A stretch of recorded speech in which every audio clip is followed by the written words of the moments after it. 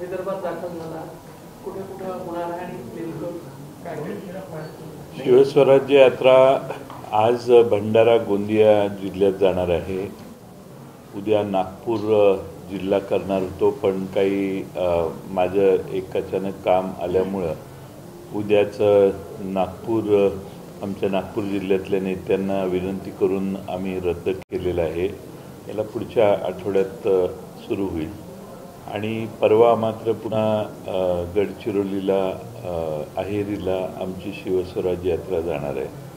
त्यानंतर गणपती झाल्यानंतर पुन्हा विदर्भातले काही जिल्हे करून खानदेश आणि नाशिक आणि नगर करणार आहे. अहेरीला आपण जाणार आहे, काही पक्षप्रवेश होणार आहे त्याची माहिती आहे, नेमकं काय बघू ना, तर तिथे गेल्यावरच कळेल काय कोणाला यायचे कोणाला नाही ते. काल अजितदादा अमित शहांना भेटले तेव्हा असं म्हटल्याची माहिती आहे, हिंदूने बातमी छापली की मला मुख्यमंत्री करा आगामी विधानसभा निवडणुकीत. कसं बघता तुम्ही सगळं? मला वाटत नाही की ते अशी मागणी करतील आणि त्यांची अशी मागणी करण्याची पोझिशन आहे असं मला वाटत नाही. त्यामुळे ही बातमी अशी वरवरची असेल, खरी नाही. मागणी करणार नाही असं वाटतंय की सध्या त्यांची राजकीय स्थिती किंवा ताकद तेवढी नाही. करणार नाही म्हणजे कसं करणार? अजून निवडणुकाच व्हायच्या आहेत ना. निवडणुकीच्या आधी अशी मागणी ते करतील असं मला वाटत नाही. ही अशीच बाहेर कुणीतरी खोटी बातमी पसरवलेली असेल. कारण सगळ्यात मोठा पक्ष भारतीय जनता पक्ष आहे. तिथं भारतीय जनता पक्षातल्या अनेकांना मुख्यमंत्री व्हायचं आहे. त्यामुळं मला वाटत नाही की असं काही मागणी त्यांनी केली असेल. भाजपनं असा एक प्रयोग बिहारमध्ये केला होता, बिहार पॅटर्न तो प्रसिद्ध, तसाच हा प्रयोग महाराष्ट्रात देखील व्हावा अशी बघू. आता त्यांच्या आघाडीबद्दल मी मत व्यक्त करणं आवश्यक नाही सध्याच्या स्टेजला.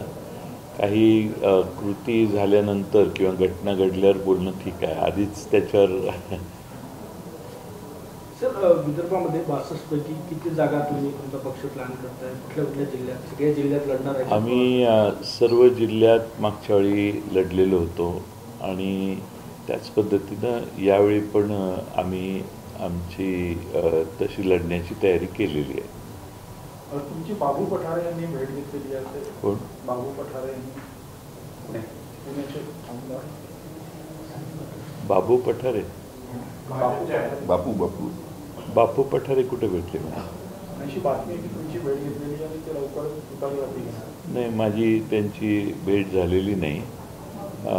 काल मी विमानतळावर होतो त्यावेळी मी आज जात होतो तेही कोणाला तरी बहुतेक सोडायला आलेले. त्यावेळी अर्धा सेकंद दृष्टादृष्ट झाली, पण भेट नाही झाली. काही तरुण चेहरे विधानसभेच्या तिकीटा मागतायत. नेत्यांचे चिरंजीव म्हणजे अनिल देशमुख यांचे चिरंजीव सलील देशमुख तिकीट मागतायत. तिकडे धर्मबाबा आत्राम यांच्या मुलगी भाग्यश्रींच्या पक्षाकडून येऊन तिकीट मागतायत. नेत्यांच्या मुलांना तुम्ही कुठे जागा देणार? त्यांनी 10 वर्ष पक्षात काम केलं, त्यांच्याबद्दल काही विचार आहे का? काही चांगली कल्पना आहे आपली. यातल्या बहुतेकांनी बराच काळ पक्षात काम केलेलं आहे. त्यांनीही 10-15 वर्ष पक्षाचं काम केलेलं आहे आणि ते उभे राहिले तर निवडून येऊ शकतील अशी सध्या काही ठिकाणी परिस्थिती आहे. आणि त्यामुळं असे विशेष काही केसेस काही जास्त नाही आहेत, 1-2-3 असतील. अन्यथा सर्व ठिकाणी अनेक वर्ष पक्षात जे काम करतात त्या नेत्यांना कार्यकर्त्यांना संधी देतोय आपण. अनिल देशमुखांमध्ये मागे रोहित पवार आले होते, त्यांनी एक सुतोवाच केला होता की अनिल देशमुख दक्षिण पश्चिम नागपूर आणि फडणवीसांच्या मतदारसंघातून निवडणूक लढवू शकतात. वरिष्ठ जे आहेत ते याबद्दल निर्णय घेतील. अचानकच अशी समोर आलेली गोष्ट होती.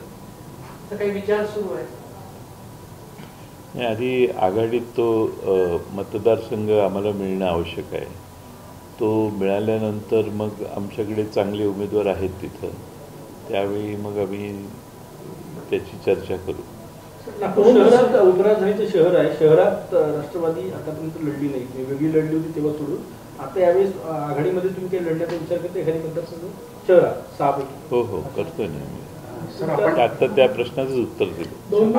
आपण आता बोललात की चांगले उमेदवार आमच्याकडे आहेत, म्हणजे समजा मिळत असेल तर अशी तयारी आहे म्हणजे कशाची?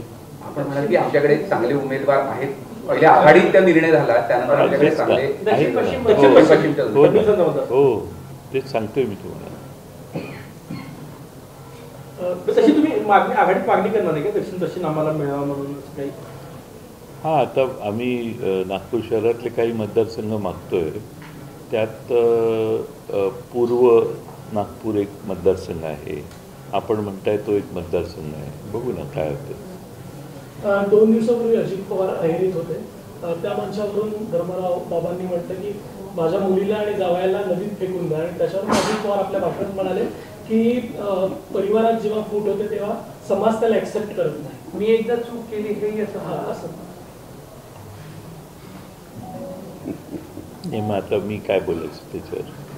त्यांना कुठेतरी त्या उपयोगी झाली आहे. प्रक्रियेला तुम्ही फार जवळून पाहिला, ते त्यांना ते आता त्या त्यांना उपयोगी गोष्टीबद्दल चूक मान्य करतात. नाही, असं आहे की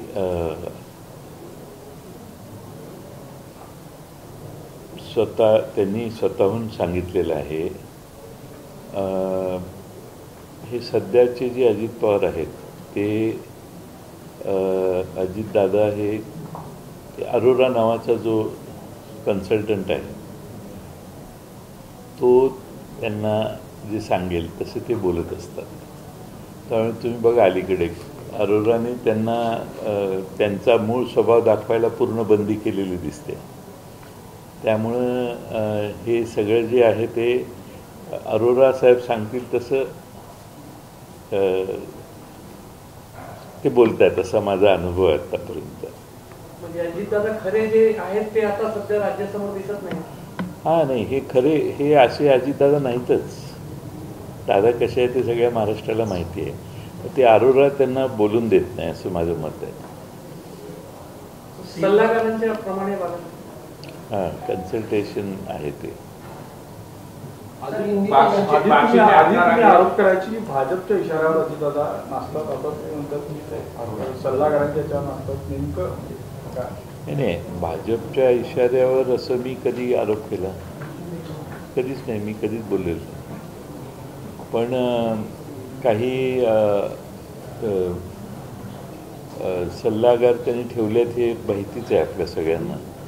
त्याप्रमाणे सध्या ते बोलत आहेत. त्यामुळे ती सहानुभूती, मागच्या झालेल्या गोष्टी दुरुस्त करण्याची इच्छा आहे असं दाखवण्याचा प्रयत्न हा कदाचित, हा म्हणजे मला माहीत नाही, मी आपलं गेस करतो. कारण दादा एकदा बोलले की बोलले, ती काय आपली कृती किंवा शब्द मागे घेणे वगैरे असं कधी ते करायचे नाही. पण आता ह्या अरोराने बरंच परिवर्तन केलेलं आहे. सर ये हिंदी में बताइए. आपने अभी कहा कि अजीत पवार का जो रुख है बदला बदला सा नजर आता है, क्या कारण आपको लगता है? नहीं, अजीत पवार जो पहले थे वैसे अभी नहीं रहे. उनके स्वभाव में बदल आया है कि नहीं मुझे मालूम नहीं, लेकिन मीडिया के सामने भाषण में क्या बोलना है इसके बारे में उनको सलाहकार एक उन्होंने रखे हैं. काफ़ी पैसे खर्च करके उनको जिम्मेदारी दी गई है. वो बोलते हैं उस ढंग से बोलना, वो बोलते हैं, वो जो कहते हैं एडवाइस जैसा होता है वैसे. और बाकी तो रंग का और बाकी का तो सब ब्रांडिंग करने का जो काम है वो बड़े पैमाने में हुआ है. और अभी जो वो बोलते हैं वो मुझे लगता है कि वो उनकी खुद की इच्छा नहीं है, लेकिन कंसल्टेंट जो है वो बहुत बड़े पैमाने पे उनको कंट्रोल करता है, ऐसा मुझे लगता है. सर, परिवार से ये बाहर हुए परिवार की नई रणनीति है कि मुख्यमंत्री शिंदे पर नहीं, देवेंद्र फडणवीस पर जो है आलोचना की जाए, ऐसा प्रवक्ताओं से कहा गया है. एनसीपी किसको मुख्यमंत्री जी के खिलाफ नहीं, डीसीएम के खिलाफ जो है आलोचना मुखर रूप से की जाए, इसके पीछे क्या रणनीति?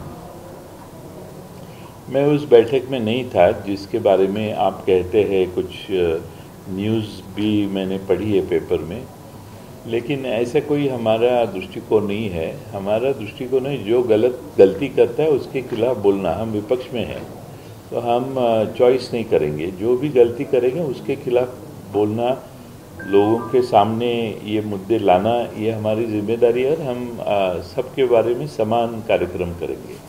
अजित पवार ने एक्सेप्ट किया कि मेरे परिवार से अलग होना कितना ये होता है, जो उसने बताया और भाषण में भी बोला। तो क्या लगता है कि इस तरह से जो राजनीति चल रही है वो जो कर रहे हैं, फैमिली मैटर हो या बाहर हो या क्या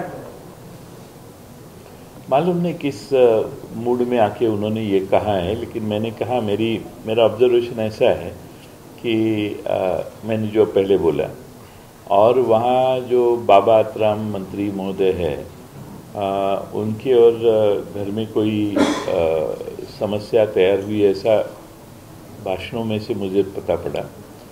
तो उसके बारे में अजीत दादा ने कुछ वक्तव्य किया ऐसा दिख रहा है, उनको सलाह दी, खुद के अनुभव के बाद में उनको सलाह दी। ये तो सलाह है, वो तो खुद के लिए नहीं है, वो उनके लिए है। सीट बंटवारा कब तक होगा?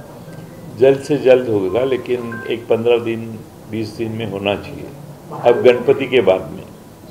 सीएम चेहरे की जगह जो चल रही है चर्चा, सीएम का चेहरा कौन होगा, किसका मुख्यमंत्री बनेगा, क्या? मैं तो आप सबका आभार व्यक्त करूंगा कि महाविकास आघाड़ी का सीएम के चेहरे के बारे में महाराष्ट्र में एक उत्सुकता निर्माण हुई है।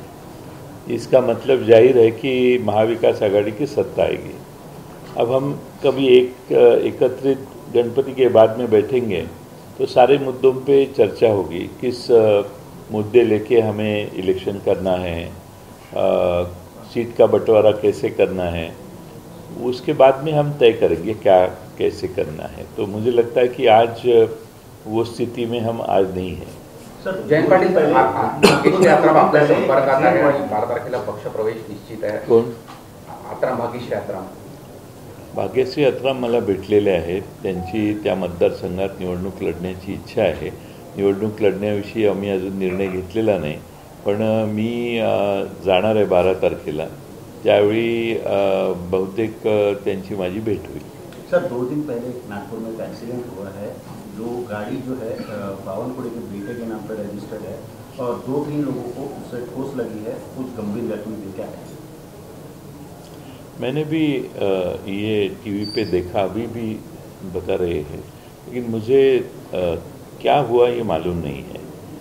तो किसी के लड़के के ऊपर ऐसे इमीडिएट कुछ कहना ये ठीक नहीं है। मुझे का जो मुद्दा है, क्या हुआ, कौन गाड़ी चला रहा था, कैसे एक्सीडेंट हुआ, ये समझ लेने दीजिए। मैं हमारे बंग साहब और अनिल देशमुख साहब से हम दूसरे मुद्दे पे बात कर रहे थे, तब टीवी पे आया वो, तो मैंने इन दोनों से अब पूछूंगा क्या हुआ है। लेकिन बावनकुले जी का लड़का है, क्या किया है वो बावनकुले जी और उनके लड़के को ही पता है। लेकिन मुझे लगता है कि ड्राइविंग कौन कर रहा था ये मुझे मालूम नहीं है। मैं जानकारी लेके बताता हूँ। अमित शहा सोबत झालेल्या बैठकीला महायुती 25 जागांवर जी आहे ती समन्वयाने निवडणूक लढणार असं एक माहिती हे दाखवण्यासाठी आहे। बरेच लोक आमच्याकडे यायला लागलेले आहेत। भारतीय जनता पक्ष सोडून आमच्या पक्षात येण्याची संख्या वाढायला लागलेली आहे। त्यांना थांबवण्यासाठी ही फ्रेंडली फाईटची कल्पना काढलेली आहे। तशी परिस्थिती नाही आणि फ्रेंडली फाईट जर त्यांनी केली तर आम्हाला त्या 25 जागां आमच्या महाविकास आघाडीच्या निवडून आल्या हे आत्ताच जाहीर करायला हरकत नाही। थँक्यू. नाही इथंच